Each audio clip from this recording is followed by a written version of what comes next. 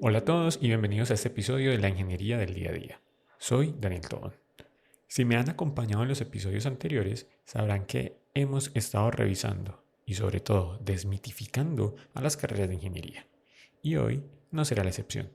Hoy vamos a dar un paso hacia un territorio que, aunque no siempre vemos, es el que permite que nuestra civilización moderna respire, coma y se mueva.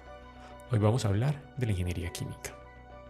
A menudo, cuando la gente piensa en un químico, se imagina a alguien con una bata blanca en un laboratorio pequeño, mezclando líquidos de colores en tubos de ensayo. Ese es el científico, el buscador de la relación perfecta, o incluso de la reacción perfecta. Pero el ingeniero químico es un ser muy distinto. El ingeniero químico es quien toma esa reacción perfecta, que ocurre en una escala de mililitros, y tiene que descubrir cómo hacer que ocurra en tanques de 50.000 litros de manera continua, las 24 horas del día, los 365 días del año, sin que la planta entera explote o vuele por los aires. La ingeniería química es la ingeniería del cambio de escala. Es la ciencia de entender cómo se comportan los átomos cuando están en cantidades industriales. Porque les diría algo como ingeniero. Las leyes de la física parecen cambiar cuando pasas de un mataraz de vidrio a una torre de destilación de 60 metros. En un laboratorio, si una reacción genera calor, simplemente pones el tubo de ensayo en hielo y listo. Pero en un reactor industrial de 10 toneladas, si la temperatura sube 1 grado de más, tienes una bomba de tiempo. El calor generado en el centro de esa masa de líquido no tiene por dónde escapar. Ahí es donde entra nuestra maestría, en diseñar los intercambiadores de calor, las bombas y los sistemas de control que doman la energía de las moléculas. En este episodio vamos a explorar cómo esta disciplina salvó a la humanidad del hambre, cómo transformó una sopa negra llamada petróleo en la ropa que llevas puesta, y cómo estamos usando la ingeniería para descocinar los daños ambientales que hemos causado. Prepárate porque vamos a diseccionar la alquimia moderna. Empecemos.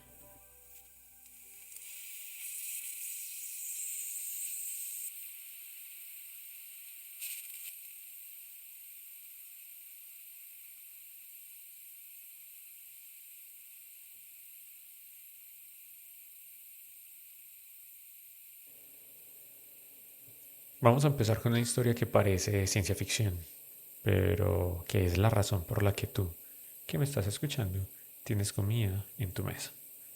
A finales del siglo XIX, el mundo estaba aterrado. La población crecía y el suelo se estaba quedando sin nutrientes, se estaba quedando sin nitrógeno. Sin nitrógeno no hay plantas y sin plantas no hay comida. Estábamos a puertas de una hambruna totalmente global. El aire que respiras es 78% nitrógeno. Estamos rodeados de él, pero es un gas inerte, inútil para nosotros, porque sus átomos están pegados por un triple enlace tan fuerte que nada en la naturaleza, bueno, excepto los rayos, pueden romperlo. Necesitábamos fijar ese nitrógeno y convertirlo en algo útil, en algo que pudiéramos utilizar, que nos sirviera como fertilizante. Necesitábamos convertirlo en amoníaco. Entonces aparecieron Fritz Haber y Carl Bosch. Haber descubrió la receta en el laboratorio, pero Bosch, el ingeniero, fue quien hizo el milagro real. Bosch tuvo que construir los reactores más grandes y resistentes jamás vistos. Tuvo que lidiar con un nuevo problema. A la hora de trabajar con aire, teníamos que trabajar también con hidrógeno. Y ese problema lo llamamos la fragilización por hidrógeno. El hidrógeno es tan pequeño que se metía dentro del acero de los tanques y los hacía explotar como si fueran de cristal. Imaginen la presión, 200 veces la presión de la atmósfera, o dicho de una manera técnica, una presión de 200 bares. Eso es como tener un elefante parado sobre cada centímetro cuadrado de la máquina, en especial sobre cada centímetro cuadrado de esos tanques, mientras que en el interior de ellos estamos a 500 grados Celsius. Bosch realizó más de 2.500 experimentos solamente para encontrar el catalizador adecuado, una sustancia que ayudara a romper el nitrógeno sin consumirse en ella. Este es el famoso proceso de Haber-Bosch.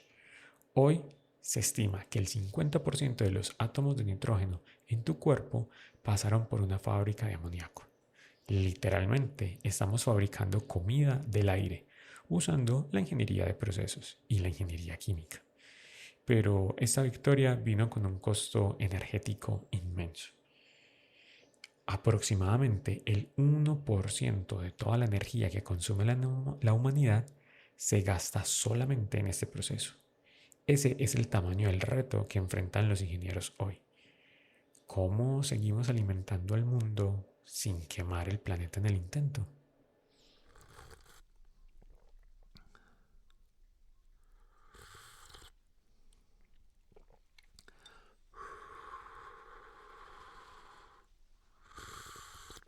Hablemos de algo que todos hacemos, preparar café. Si quieres entender la ingeniería química, mira tu cafetera.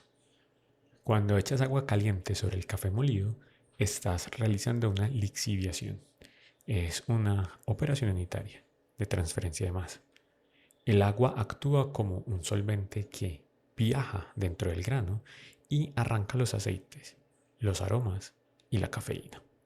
El filtro de papel no es más que una unidad de separación sólido-líquido. Como ingenieros, pasamos la vida optimizando ese filtro. ¿Qué tan poroso debe ser? ¿A qué velocidad debe pasar el agua? Si pasa muy rápido, el café queda suave. Y si pasa muy lento, queda amargo porque extraes compuestos que no quieres. Eso mismo ocurre en la industria minera para extraer oro o en la farmacéutica para obtener medicinas de las raíces. Ahora miren su baño cuando se duchan. El espejo se empaña. ¿Por qué? Porque el vapor de agua caliente toca el vidrio frío y pierde energía, volviéndose líquido. Eso es condensación. Este principio es el alma de la torre de destilación. Imaginen una columna de acero de 60 metros de alto. Por debajo inyectamos petróleo crudo caliente, una sopa negra con miles y miles de moléculas. A medida que el vapor sube por la torre, se va enfriando. Y en cada nivel o plato se condensan moléculas distintas según su peso. Las más pesadas, como el asfalto para las calles, se condensa abajo. Un poco más arriba sacamos el diésel, luego la gasolina y en la punta los gases como el propano. Es como si en una carrera de obstáculos los corredores más pesados se detuvieran en los primeros metros y los más ligeros llegaran a la meta. Sin esta separación molecular no tendrías nada de lo que consideras vida moderna. Cada vez que veas el espejo empañado, piensa que ese mismo principio de física básica es el que separa la energía que mueve al mundo.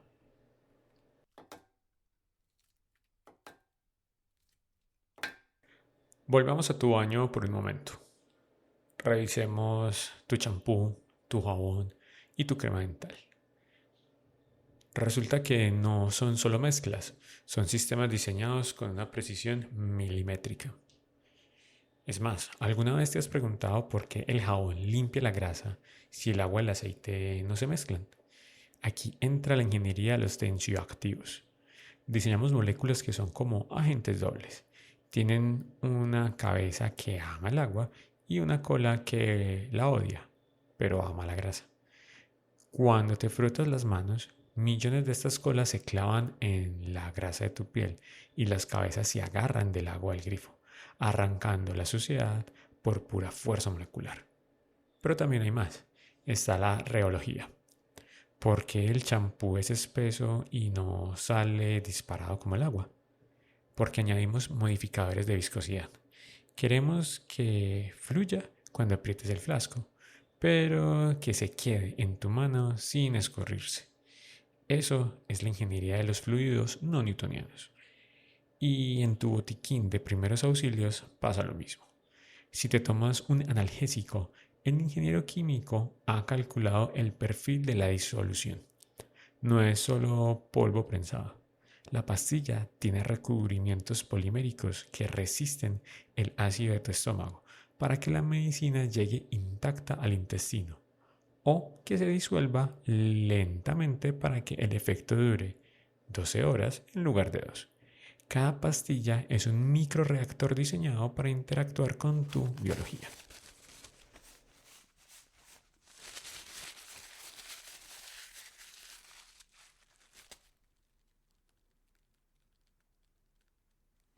Y llegamos al bloque del futuro. Durante 100 años la ingeniería química se enfocó en extraer y producir. Hoy el reto es descocinar. Tenemos que aprender a deshacer lo que hicimos. Miren el empaque de su comida. El plástico es maravilloso porque protege los alimentos, pero es una pesadilla ambiental. El futuro es el bioplástico. Estamos diseñando polímeros que parecen plástico, huelen como plástico y funcionan como plástico, pero cuya estructura química tiene puntos de quiebre. Son como puentes con una carga de dinamita lista para activarse. Cuando el empaque llega al compost, la humedad y las bacterias activan estos puntos y la cadena molecular se desmorona en cuestión de semanas. Estamos diseñando productos con un suicidio químico programado o una muerte química programada. Por ejemplo, miremos nuestro celular. La batería de litio es una obra maestra, pero reciclarla es un infierno. Es como intentar separar los ingredientes de un pastel después de que ya salió del horno. No puedes simplemente derretirla. Aquí usamos la hidrometalurgia. Los ingenieros químicos sumergen los restos de la batería en ácidos específicos que, mediante reacciones de lixiviación selectiva, atrapan solo el cobalto o solo el litio, dejándolos puros para volver a empezar. También se está trabajando en la captura de carbono. Imaginen una aspiradora gigante instalada en una fábrica de cemento. El humo pasa por un líquido llamado amina, que tiene una afinidad química brutal por el CO2. El líquido secuestra el gas y lo retiene. Luego calentamos el líquido en otro tanque para que suelte ese CO2 puro, el cual inyectamos a kilómetros bajo tierra donde se convierte en roca. Es ingeniería de reversa. Estamos intentando devolver el carbono a la tierra de donde nunca debió salir.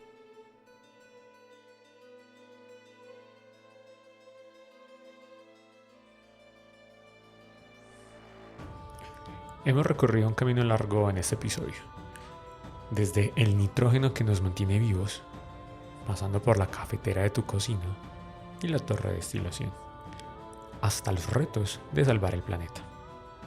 A veces como ingenieros nos enfocamos en lo que se puede tocar y medir, pero la ingeniería química nos recuerda que la verdadera magia ocurre donde no podemos verla, en los enlaces entre átomos, en el equilibrio invisible de las fases. Soy Daniel Tobón y la próxima vez que te laves las manos, que tomes una pastilla o que simplemente veas un empaque de comida, recuerda que hay un ingeniero que pasó años calculando balances de materia para que ese pequeño milagro diario fuera posible. Gracias por acompañarme en este episodio de Ingeniería Pura. Esto fue la ingeniería del día a día y en el próximo episodio volveremos a los materiales sólidos para entender la ingeniería de materiales y el por qué algunos metales son como el cristal y otros pueden doblarse sin romperse jamás. Nos vemos en la próxima. Hasta luego.